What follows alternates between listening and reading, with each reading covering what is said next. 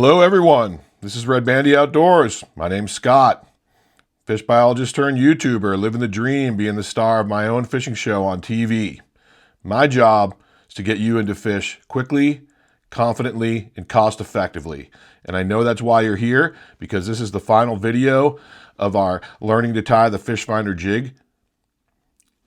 This guy right here, super sexy. So let's get right to it. I have a 1/16 Neon Moon Eye jig. Oh, that's the 1/32. I have the jig we've been talking about in the vise. I have an orange one, orange and chartreuse. I don't know the exact name of that color, but this one's pretty good.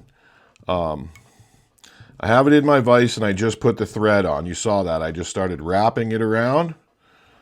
I can even do that again. We're going to put a little bit of a thread layer on there. So if you didn't catch that quickly, but here we go, starting the video, I just lay it over and start wrapping. Then I come over the thread that I'm on, and if you want to be real anal about it, come back around and do this. And then the thread is on there, right? You got a few wraps back and forth. Wrap down on your tag, watching out for your hook point. Bring it right down to about the bend. Stop, cut off your tag, lay down a little bit of thread. So you have a nice thread base.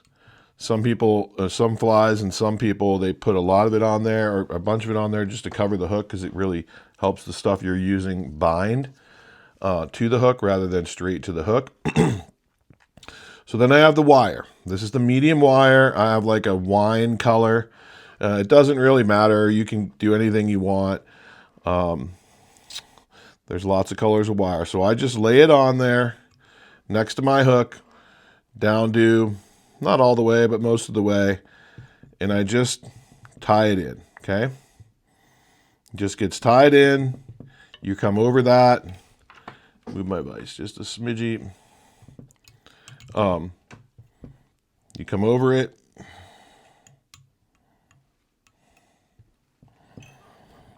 Get it down to right about where the barb is, okay? That's where we're gonna keep everything. You can see my thread there coming down right to where the barb is. That's how we're gonna keep that. So that's tied in really good. You know, I already have the thing pinched down as the preparation of the materials video showed you guys. You can cover over that as you're lying this stuff in, but I like to make sure it's there. We don't want these things to fall apart. You know, you're going to have a lot of teeth, trout teeth and other fish. They're going to be hitting it. So you want it to be strong and durable. So there is the medium wire. So then we come in with the diamond braid. Now I've really only tied it with diamond braid like this. I have a few other things I use sometimes when I want to make a fatter, I'm interested in making kind of a fatter looking belly of a fish, but 99.9% of the ones that I've tied or showed anyone to tie are with the diamond braid, and this color diamond braid, this copper, for some reason I feel like copper really cuts through the watercolor and it gives an awesome look of the body from the inside. So I have it tied in there. I have my wire going back out of the way, and now we are ready to wrap. Now I have the rotary vise. I could use that or whatever, but for those of you who didn't get the rotary vise allows you to just turn like this. People have been tying jigs for years, long before the rotary vise. So what we're going to do is we're just going to wrap it, you know. Just wrap around, cover up your thread, kind of overlap the wraps, but don't make a big old pile of it. And then you're going to come right up. And you're just going to work over the bump of the keeper barb, right? Bring that up, at both sides of it, tie it down. And for those of you who are new to fly tying and I'm going a little bit too fast for you, don't worry, we'll be tying a lot of these. This is just one hook of the many that I tied on. We'll be tying it on the SLEEK, the big boy. Here's like a 1/2 ounce one or whatever. You know, and of course we're gonna make sure everyone who loves Northland is gonna be tying them on the deep V. Here's some purple 1/16. This is a 1/8. You know, we're gonna tie it on all the different hooks so you guys can understand the proportion of the material. So you'll be learning the basic fly tying stuff. But you're watching me right now. We're doing basic fly tying moves, tying on material. We're on our third material coming up. Okay, so now we're at the micro rabbit strip. We're going to use a ginger. This is kind of the original one I'm going to tie for you guys. Now I've put it into a point there at the end, kind of just a crude point, just so it's not a flat. And then we're going to go with the measurement now, right? So I like it to be, the tail to be at least as long as the body. So here, or from the head to the end of the hook, that's what I got. So then I put that on the tail, give it like a smidgy more, and then I work up to the front, right? And I'm doing this with a whole piece just to make sure you save the material, because this stuff's not cheap when you get down to tying a lot of these. So then I'm at where I'm at, right? I haven't moved it. I wet my fingers, come in, pull that guy back like that. Wet my fingers, pull that guy back like that. See if there's any ones that I don't like. Seems like I've got to move it up a little bit. I got to pull a few back this way. Okay. Now you can always trim on the tail end, right? So if it's a little longer, no big deal. You can do that in the field, or you can do that right after you tie it. But once you make this cut off, you can't add more. So I'm feeling good about that. Now I'm going to come in and just wrap right over that loosely, pull it down, and then bam, I'm in the game. Go over it a few more times, then I'm going to pull this up, go in front a few more times, going this way. Now I'm pulling on this. You can see I got some tension. I'm not bending the hook or anything. You surely can if you wanted to. And I got that in there pretty good. It's still slicked back from wetting my fingers. I'm going to get my scissors in there and boom, cut it off. Okay? Hopefully everybody got that. You know, we have our third material on. We'll call the thread a material. So the thread 1, the wire 2, the diamond braid 3. Our fourth material is the micro ginger rabbit strip that's barred. The barred means it just has the black lines on it.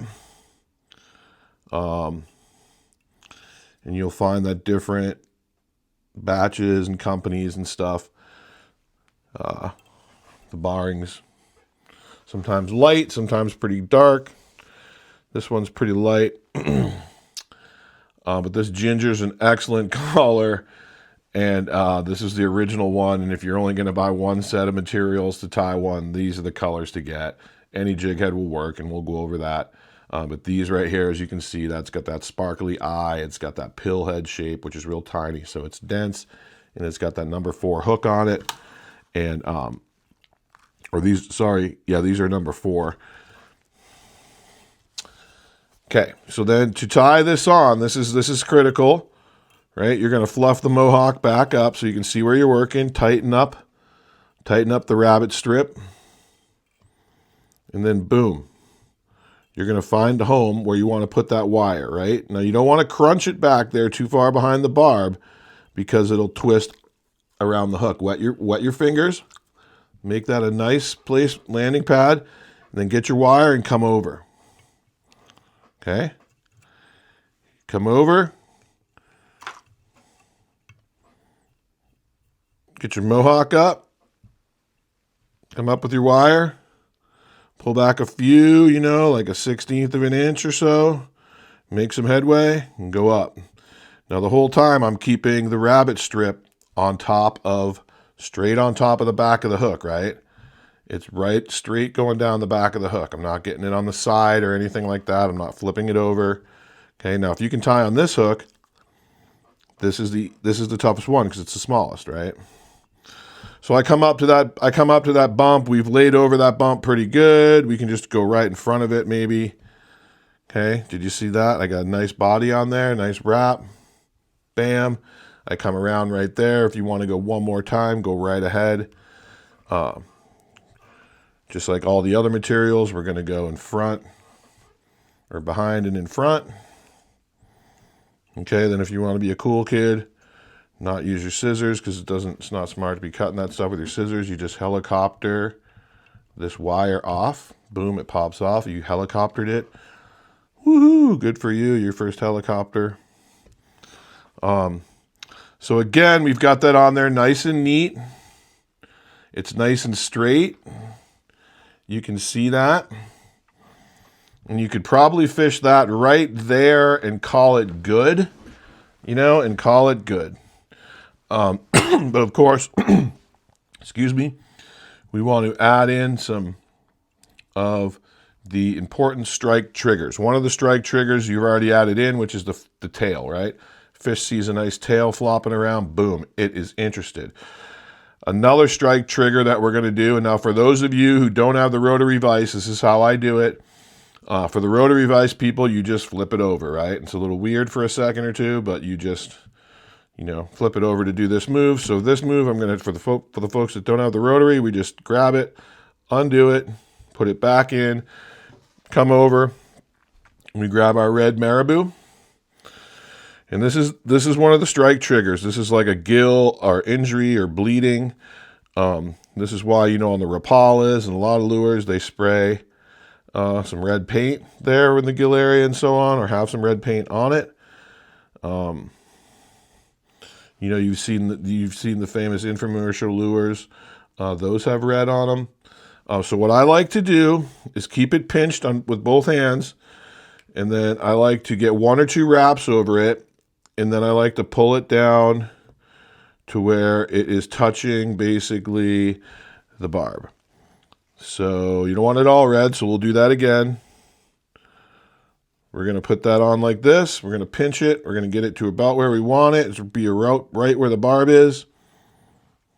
You're going to wrap once. Keep it pulled down with your thread. Boom. We're going to just pull it back just a little bit. Comes right up under where the barb is there. And that's our kind of measurement point, is the barb.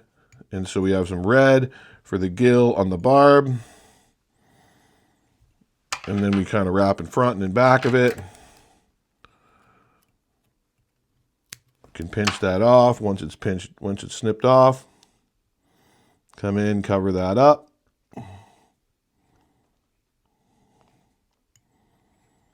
Cover that up good. You can keep it up on the hook in the center if you want. And there you have a little bit of red for the gill. I know it seems inconsequential, but I mean, when you're looking at fish that are heavily pressured and you're sticking something right in their face and they have like a second or two to think about it, and it's got everything they're looking for, it's boom, home run, right? So there you go, home run. So now we're going to go with the body. And we have our marabou.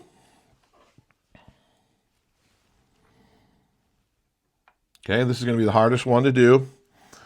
So now we're going to flip it back over, get it the way it was. Pinch it back in, looking good.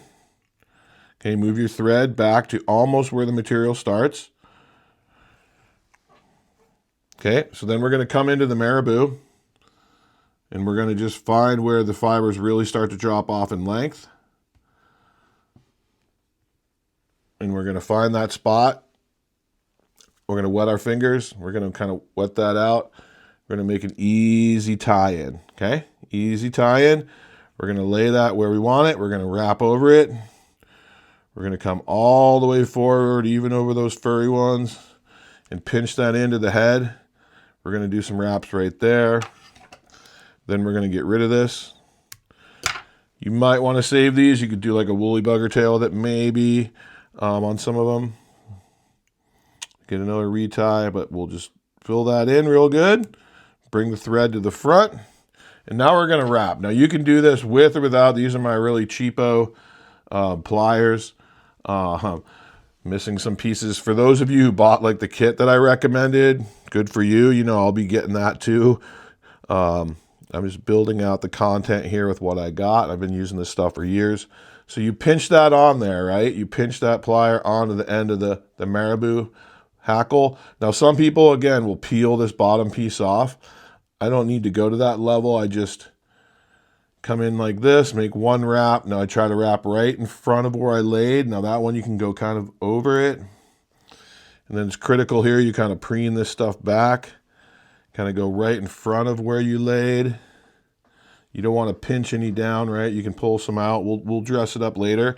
So that's about good right there. You know, 2 full wraps. There's no need to really get the rest. I lay that in there, and then I just kind of walk my thread through it, right? And then I just go immediately in front as well, just to make sure I have something locked down in case anything bad happens. So now I'm right there, okay? And so the other tool that I recommended was this tool right here. And you just go in and you see if there's any of those fibers that you kind of tripped over, and you'll feel them. You'll get underneath one. You don't want to get underneath the spine of it. You just want to get underneath any fibers, right? And so with the rotary vise is where the rotary vise is cool. You can spin it and kind of look, you know, so we're looking, we're feeling good. We can do that again, right?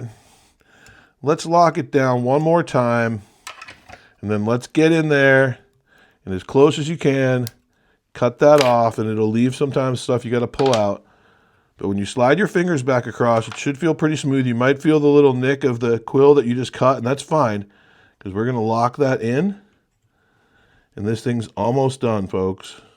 So just kind of go back and play back through there and make sure you didn't miss any. See, there's one that's kind of stuck on mine.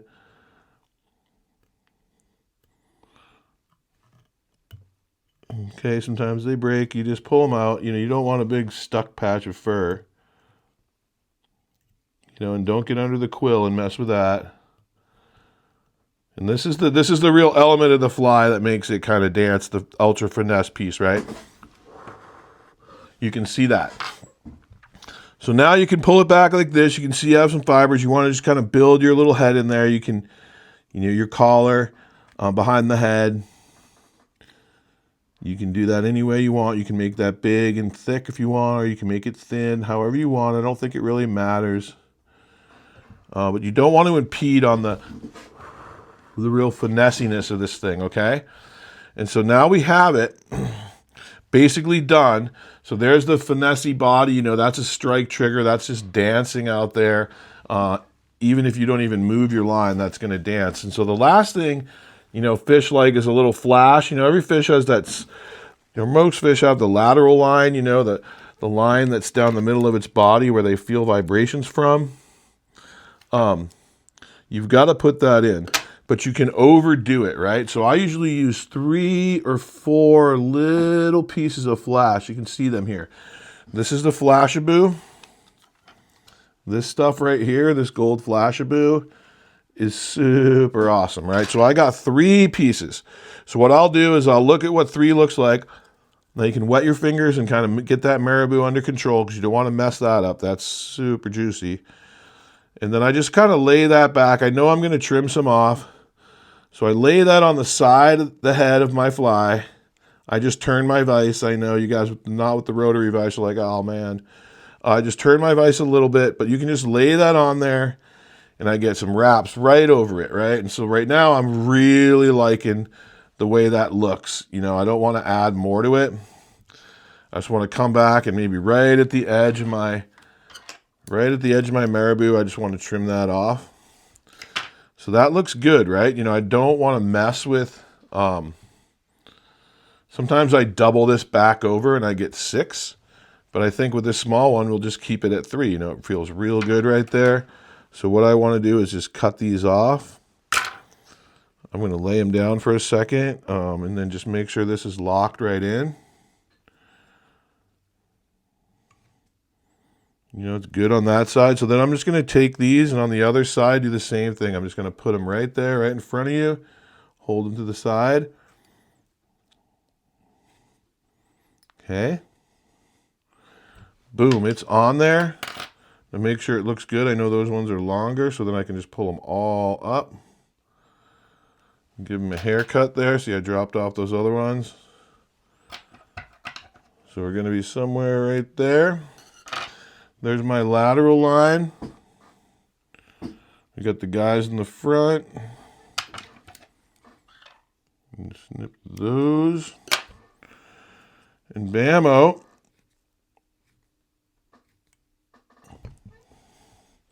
we've got her. Orange Fire Tiger. Sculpin Ginger. Okay, so now the tool. Okay, the tool. You guys are probably going to have to watch a video on this that's not mine, people that are better at demonstrating this, but the whip finish, I'm a self-taught guy, so I watch a lot of videos and taught myself since I've been probably in 9th grade or so. So boom, hook it on the thread, come underneath, come underneath, come over, and then I put it on the thread like this. As I twist over, I make that triangle. That triangle, I lay that thread down on there, come below it, wrap, let some out of the bobbin if I have to, pop it off, let that hook go up, boom, done. Pull it tight with my thumb.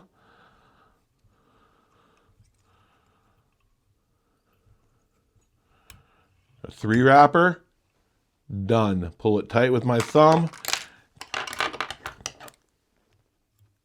Cut your finger, bammo, high five, you just tied the Fish Finder Jig. There she is, looking good. Now we can get a little bit more advanced and put some cement on the head or whatever and make that super bomber. But you got it. 21 minutes, we'll cut it down eventually, but you guys learned all the techniques. Thanks for watching. You know what to do.